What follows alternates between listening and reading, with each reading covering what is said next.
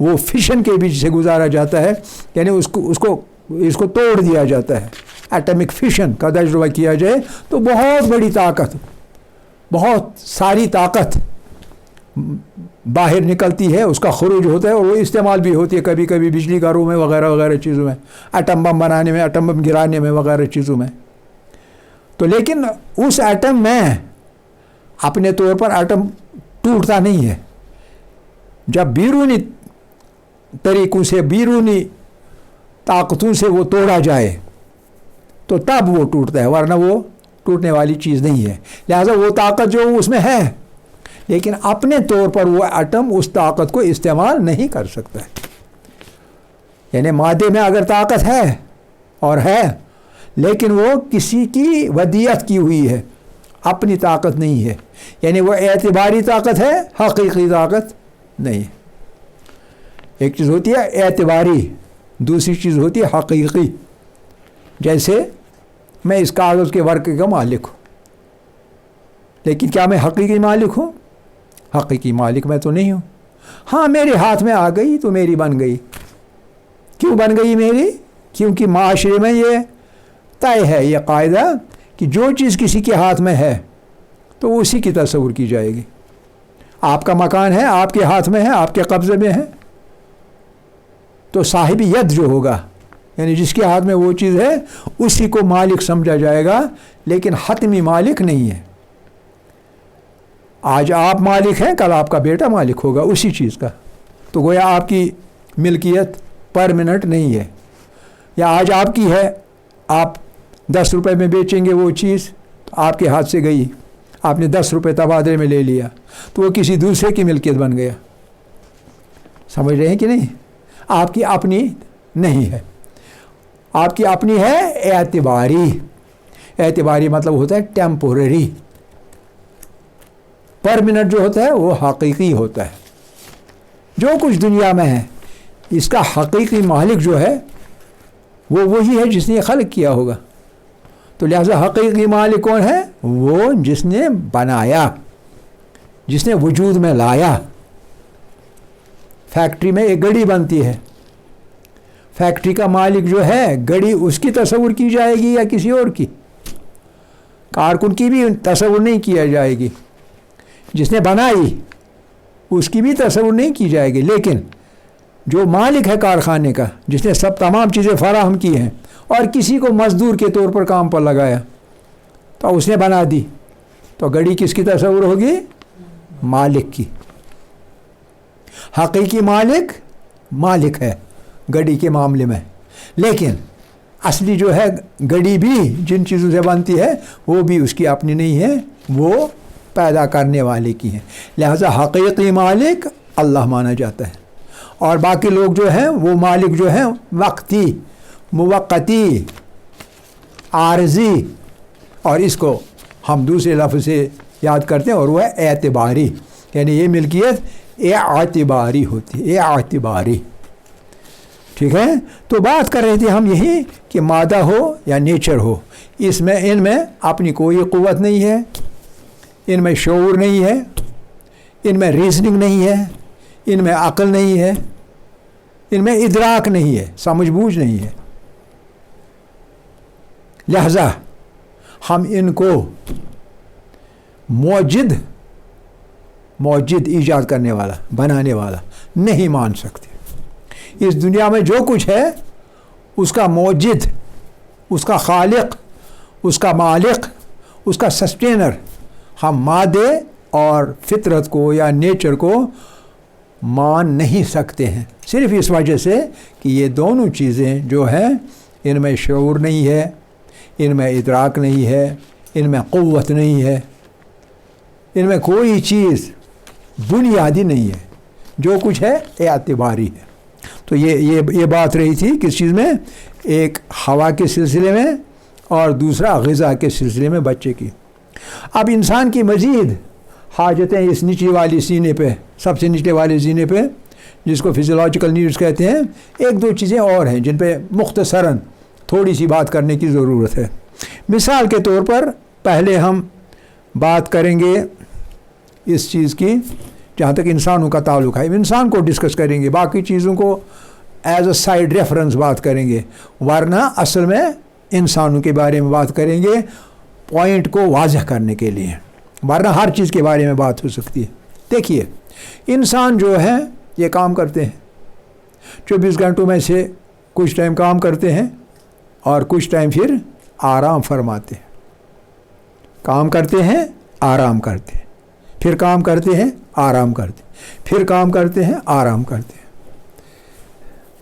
کیا فرق پڑتا زیادہ کمانے کے لیے، زیادہ کام کرنے کے لیے، زیادہ آؤٹ پٹ دینے کے لیے؟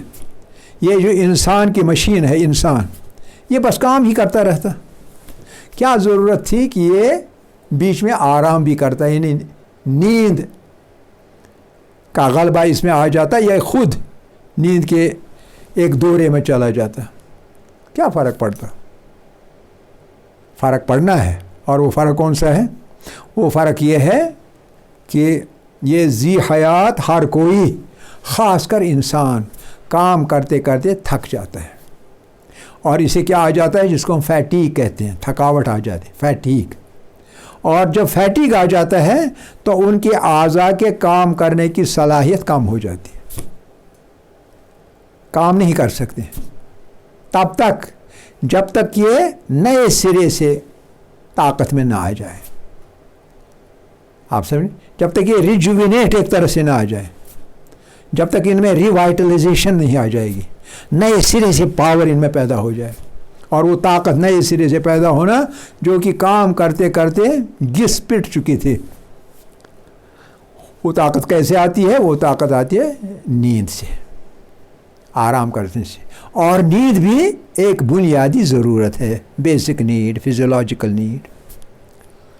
تجربوں سے ثابت ہوا ہے کہ ایک آدمی میکسیمم زیادہ سے زیادہ نیند کے بغیر رہ سکتا ہے، نیند، سلیپ ڈیپریویشن، نیند کے بغیر رہ سکتا ہے۔ نیند سے ہم کسی آدمی کو محروم رکھ سکتے ہیں زیادہ سے زیادہ 72 گھنٹے۔ 72 گھنٹے سے زیادہ کسی کو نیند سے محروم نہیں رکھا جا سکتا۔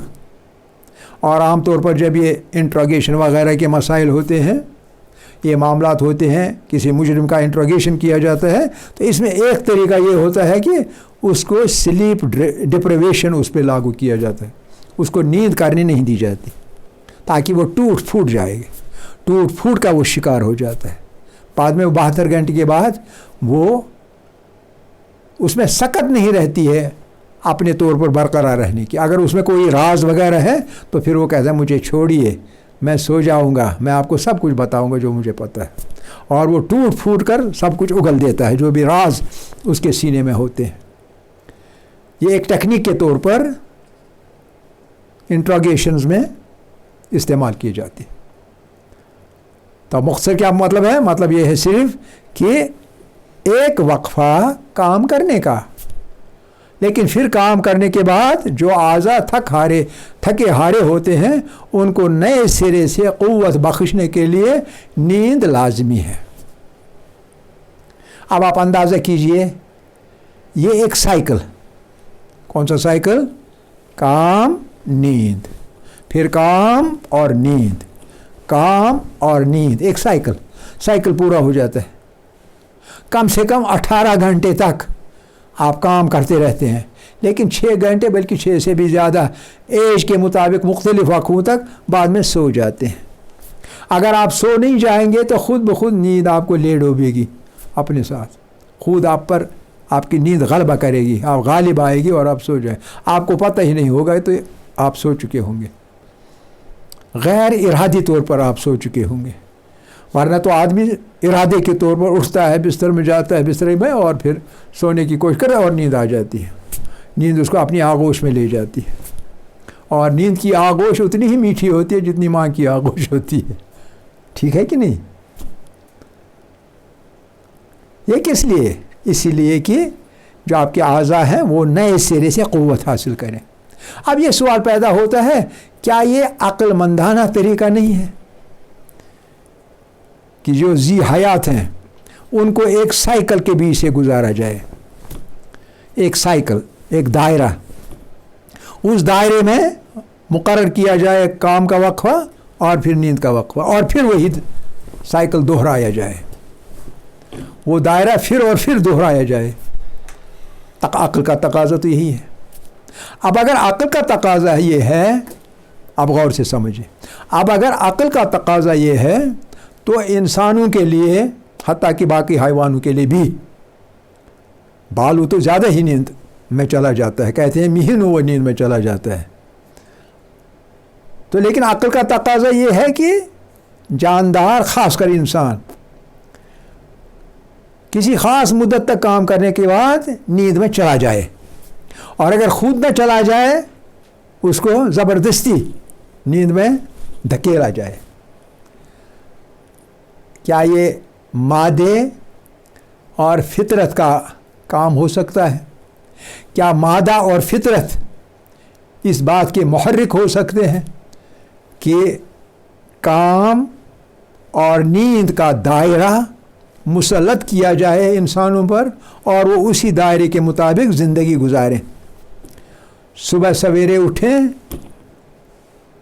دیر رات گئے سو جائیں، صبح سویرے اٹھیں، دیر رات گئے سو جائیں، ایک قاعدہ ہے، اور یہ قاعدہ ایک سائیکل بناتا ہے، اور وہ سائیکل کس لیے ہے؟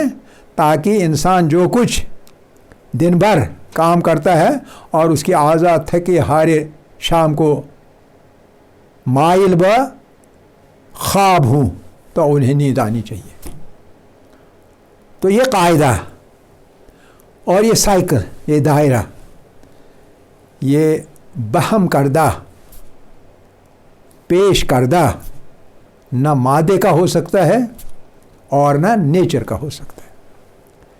ممکن ہے یہاں سوال پیدا کیا جائے، بلکہ ایک توجیہ دی جائے کہ بنیادی طور پر تو انسانی بدن جو ہے یہ مادہ کا ہی تو بنا ہوا ہے، اور اسی مادے کی ضرورت ہے کہ تھکاوٹ دور ہو جائے اور پھر نیند آ جائے، یہ کہا جا سکتا ہے۔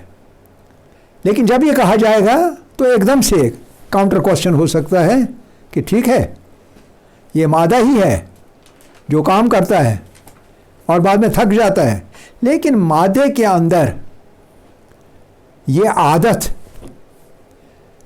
کہ ایک سائیکل کے اندر یہ سب کچھ چلنا چاہیے، یہ کس نے ودیعت کیا؟ کس نے انسانی بدن میں یہ بات رکھی؟ کیا ایسا ہی ہونا چاہیے اور قاعدے کی خلاف ورزی نہیں ہونی چاہیے۔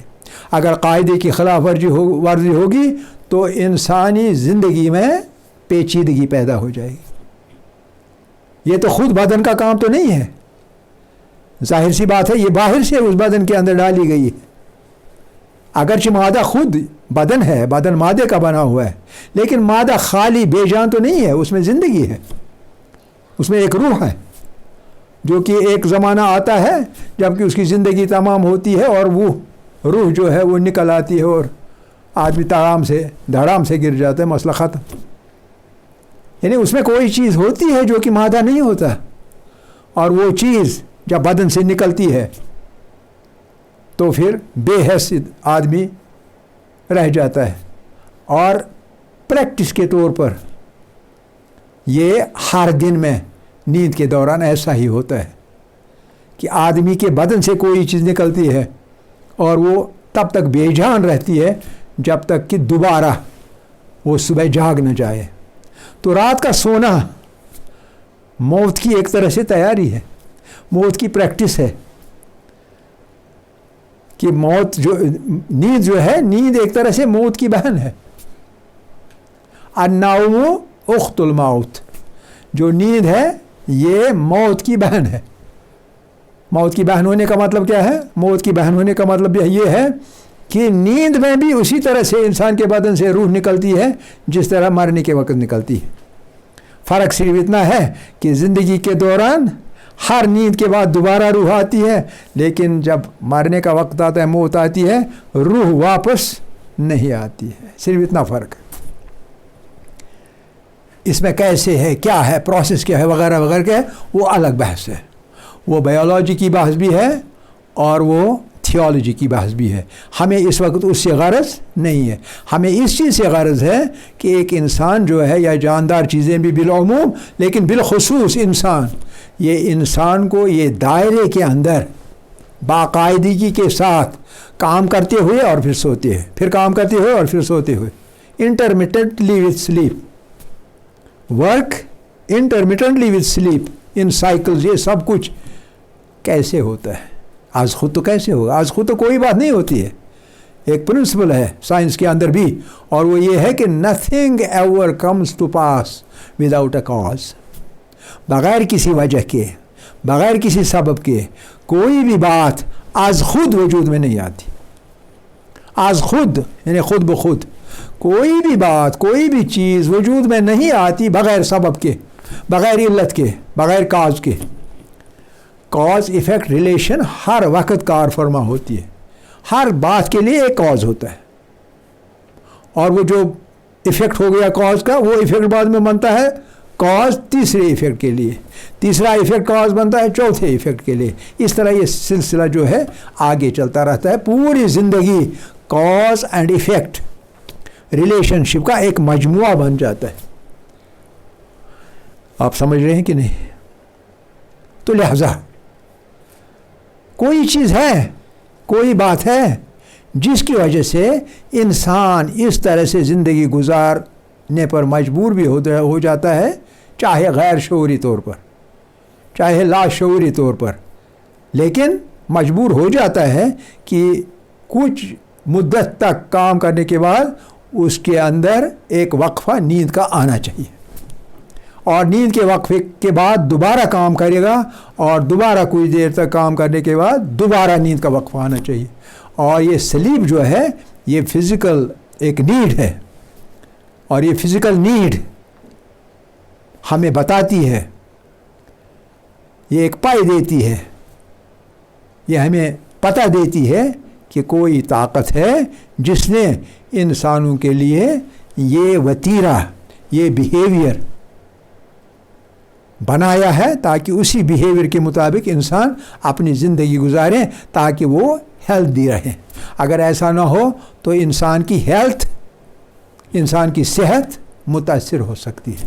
میں نے یہ بھی آپ سے کہا زیادہ سے زیادہ 72 گھنٹے تک ایک انسان نیند کے بغیر رہ سکتا ہے، اور جب سلیپ ڈپریویشن 72 گھنٹے تک رہے اس کے بعد اس کا جو شخصیت کا طریقہ ہے وہ کچھ ڈیرینج ہوتا ہے. ڈیرینج ہونے کا مطلب ہے وہ نارملی کام نہیں کرتا ہے. اس کی سوچ میں، اس کی اٹھنے میں، اس کے بیٹھنے میں، اس کے چلنے میں لڑکھڑاہٹ آ جاتی ہے، لڑکھڑاتا ہے، چکر آ جاتے ہیں، وہ چل نہیں سکتا. چلتے چلتے وہ گر جائے گا سوتے ہوئے، کیونکہ سونے کا اتنا غلبہ ہوتا ہے کہ اس کے اپنے کنٹرول میں اس کی اپنی باڈی پھر نہیں رہتی، اس کے سوچ وچار میں فرق پڑتا ہے. آپ اسے سکھائیں، پڑھائیں، کچھ کریں، اس کے ذہن میں کچھ آنے والا نہیں ہے، کیونکہ اس کا ذہن ایک سٹریس کے اندر ہوتا ہے، ایک دباؤ کے اندر ہوتا ہے، اور اس دباؤ کی وجہ سے اس کی جو زندگی ہے، اس کا طریقہ کار جو ہے وہ متاثر ہو جاتا ہے. وہ نارملی عادی طور پر کچھ کر نہیں سکتا. تو یہ اس فزیکل نیڈ سلیپ کا یہ ہمارا نقطہ ہے کہ یہ سلیپ کا ہیلدی رہنے کے لیے کام کے اوقات کے ساتھ سائیکل بنا کے چلنا چاہیے، اور ان سائیکلز میں انسان زندگی گزارنا چاہیے، تبھی وہ باقاعدگی کے ساتھ ہیلدی صحت مند زندگی گزار سکتا ہے، ورنہ نہیں. اور یہ قاعدہ نہ مادہ دے سکتا ہے اور نہ نیچر دے سکتا ہے.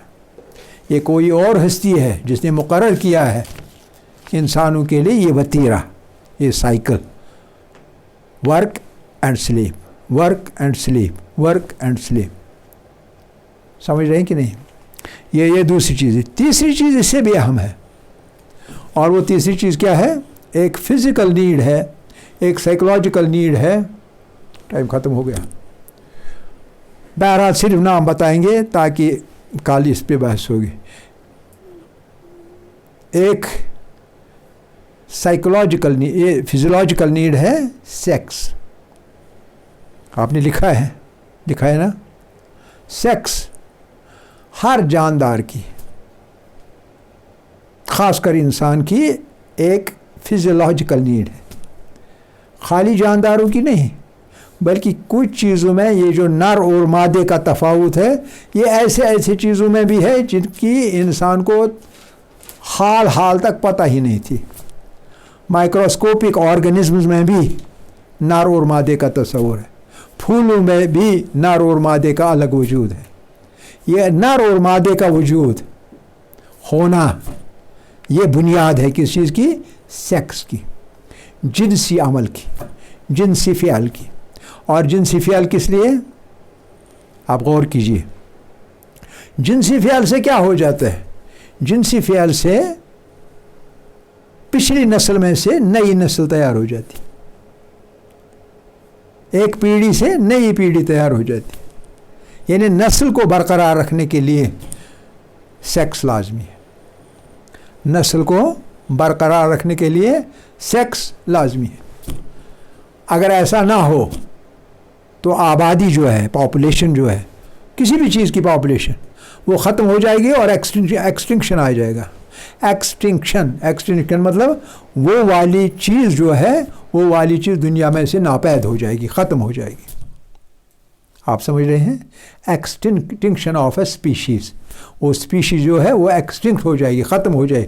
جیسے کچھ لوگوں کا خیال ہے کہ کچھ مخلوقات اس دنیا پر تھی، اس زمین پر تھی، لیکن وہ ایکسٹنکٹ ہو گئی اور آج ان کا وجود نہیں ہے. یہ تھیوریٹیکلی نہیں ہے، یہ واقعاً ایسا ہوا ہے. اس کے کیا وجوہات ہیں وہ الگ ہیں، لیکن اس میں سیکس وجہ نہیں ہے، اس میں باقی چیزیں وجہ ہیں. اس پہ بات کریں گے انشاءاللہ مگر کال. آخر دعوانا ان الحمد للہ رب العالمین.